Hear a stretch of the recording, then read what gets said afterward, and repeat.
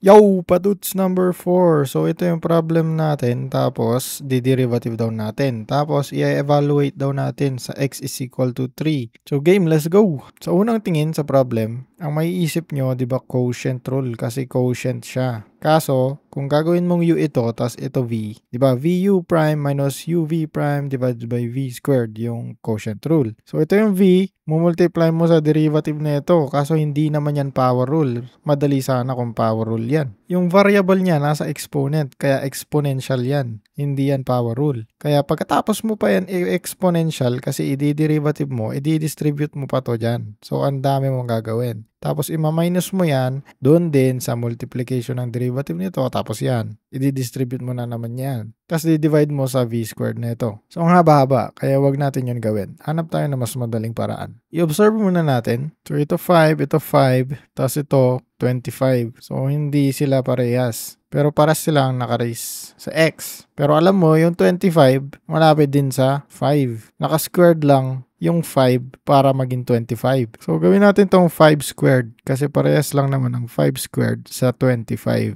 Burahin natin, palitan natin ng 5 squared. Ngayon, kung ganito ang labas niya, pag may parenthesis ka, tapos yung nasa loob may exponent, tapos dun sa labas ng parenthesis mo may exponent, pwede mo yan ipag-multiply. So, 2x na lang yan. Burahin na natin yung parenthesis. Yan ay 5 raised to 2x. Parehas na siya dito. Ibig sabihin, pwede natin i-cancel. Yan. Pero hindi tayo makaka-cancel ng gantong format. Dahil, itong buong to ay hindi mo naman pwedeng i-cancel dito. Buti sana kung walang operation dyan at multiplication yan. Pwede mo nang cancelin yan. Pero addition yan. Kaya ang gagawin natin, i-distribute natin to sa tatlong fraction. 5 raised to 2x divided by 5 raised to 2x plus 5 raised to x divided by 5 raised to 2x plus 3 divided by 5 raised to 2x. Ganyan. Pwede na natin tong i-cancel pero hindi yan 0. Ang number, 1, kunwari, 3, divided by 3, equal yan sa 1. Hindi yan equal sa 0. Baka gawin yung 0 eh. Ito ay 1. Hindi porket nag-cancel, 0 na. Naging 1 lang yon. So, 1 na yan.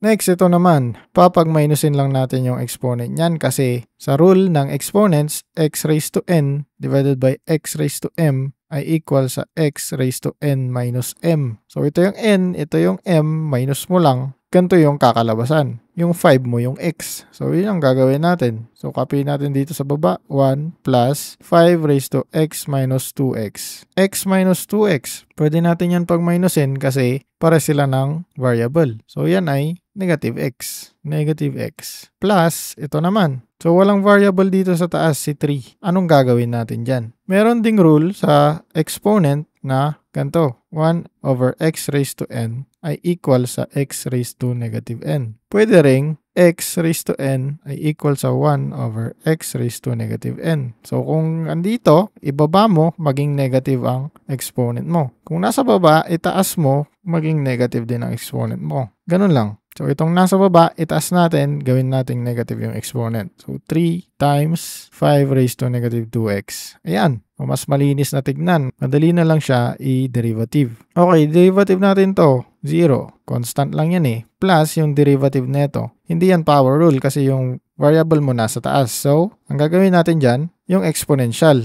D over dx ng a raised to u ay equal sa a raised to u. Kapihin mo lang. Times mo sa ln ng a. Ito, yung a na yan.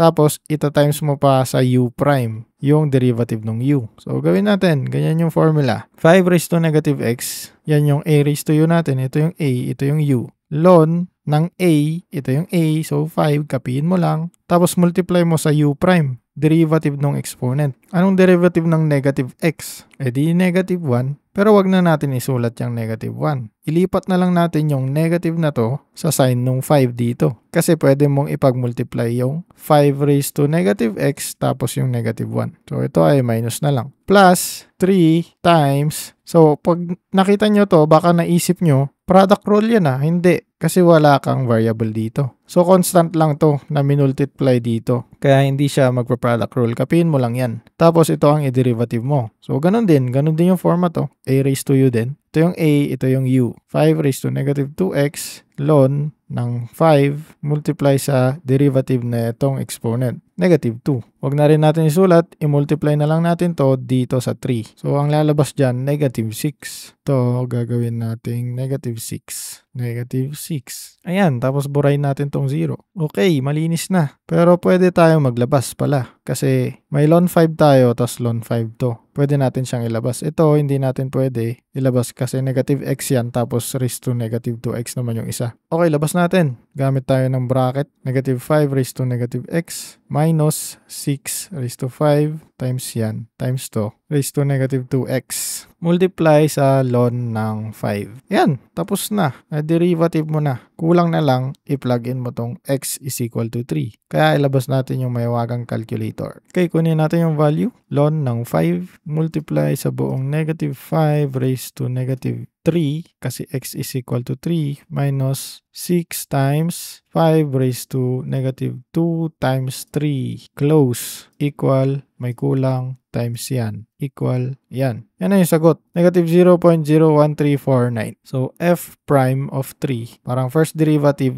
ng function mo na in-evaluate sa 3 ay equal sa negative 0.01349. Ito na yung sagot. Yan, tapos. So kung may problem din kayo, leave nyo lang dyan sa comment. Sabihin nyo, Kuya Patuts neto. Okay, bye!